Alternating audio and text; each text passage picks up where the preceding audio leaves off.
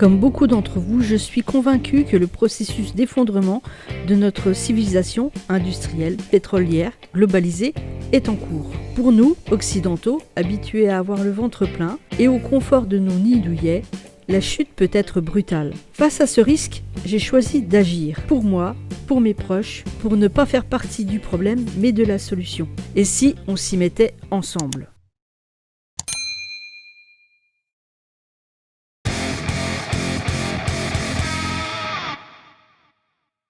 L'été dernier, j'ai eu l'opportunité de passer quelques jours en Corrèze.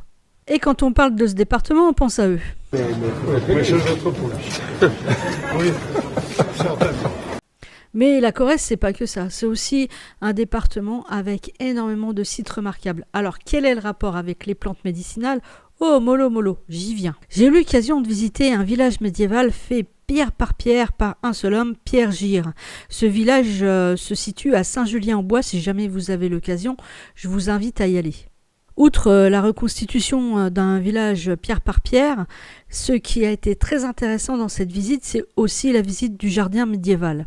Et comme tout musée, à la fin de la visite, il y a une boutique. Ça, j'adore ce type d'endroit. Et dans la boutique, j'ai pu acheter quelques livres. Dans la razzia de la boutique, il y avait Se soigner avec les plantes. Et là, vous le voyez, enfin, le rapport avec la Corrèze. Il y avait aussi Les plantes et remèdes de grand-mère, Le jardin des plantes et remèdes de grand-mère, un bouquin de Pierre Gire sur le jardin médiéval, J'ai descendu dans mon jardin. Et celui qui m'a le plus plu, c'est celui-ci, 100 plantes de survivalistes, avec à l'intérieur beaucoup d'indications. Je ne suis pas spécialiste ni du jardin ni des plantes, donc j'ai besoin d'accumuler un petit peu des connaissances à travers les livres notamment. C'est pourquoi je me constitue une bibliothèque assez spécialisée sur différentes techniques et savoirs. Pour retrouver toutes ces références de livres sur la chaîne de la Vilaine Mémère, vous pouvez aller sur le blog. Et sur le blog, vous avez la partie médiathèque. Et là, il y a tous les livres. Et même pour ceux qui voudraient les acheter, les liens Amazon. Bien sûr, je vous mets aussi tout ça dans la description sous la vidéo. J'ai sélectionné 5 plantes dans mon jardin à vous montrer.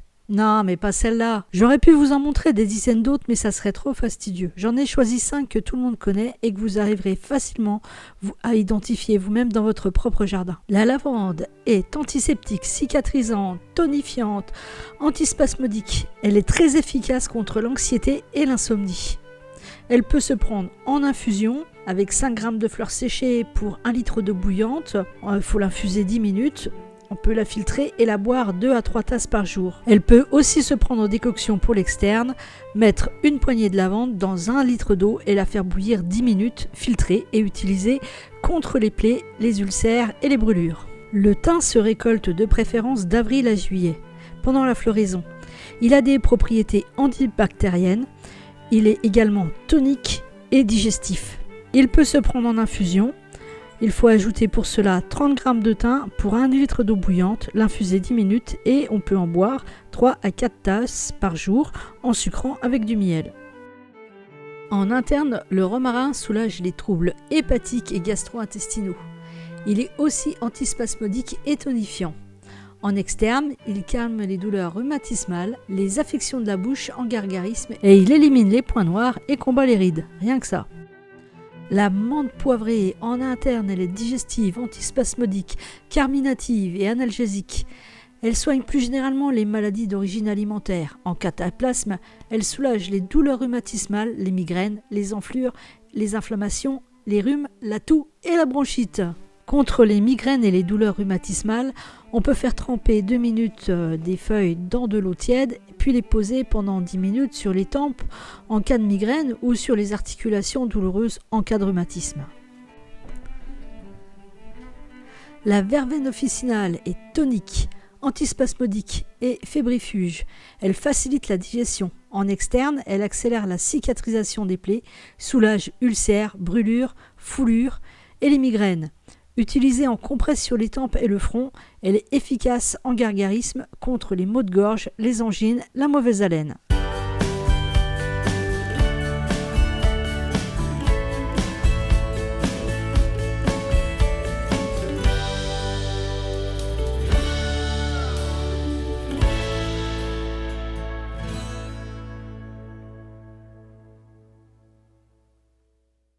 Avec de la camomille et du saule blanc, on serait presque complet. Il reste encore une plante médicinale dont je voudrais vous parler. Celle-ci, je la trouve assez magique, hein. Elle se cultive en intérieur. Moi, j'en ai à la maison et au bureau. On peut la récolter tout au long de l'année. L'aloe vera est adoucissante, anti-inflammatoire, cicatrisante, hydratante. En externe, eh bien, il faut récupérer la pulpe qui est sur la plante. On coupe avec un couteau et puis on récupère avec une cuillère à café. On applique directement sur la zone qui est concernée. Il y a une chaîne YouTube qui parle vraiment bien des plantes médicinales, c'est celle de Christophe Bernard. Je vous mets bien sûr le lien dans la description. Est-ce que maintenant que je vous ai présenté tout ça, ça veut dire que je suis en capacité de me soigner avec des plantes? La réponse est non. C'est pas parce que je connais 2-3 propriétés et que j'arrive à boire 2-3 tisanes que je vais pouvoir me guérir de maladies chroniques graves.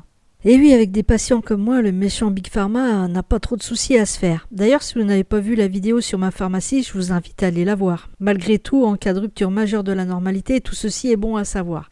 Mais je vous mets au défi, au prochain mal de crâne, de vous mettre de la menthe sur les tempes plutôt que de prendre un Doliprane. Lequel d'entre vous va le faire, honnêtement? Bien, c'est la fin de cette vidéo. Si vous avez des commentaires à faire en dessous, si vous avez aimé, un like si vous n'êtes pas abonné. Abonnez-vous et je vous dis à très bientôt pour une nouvelle vidéo.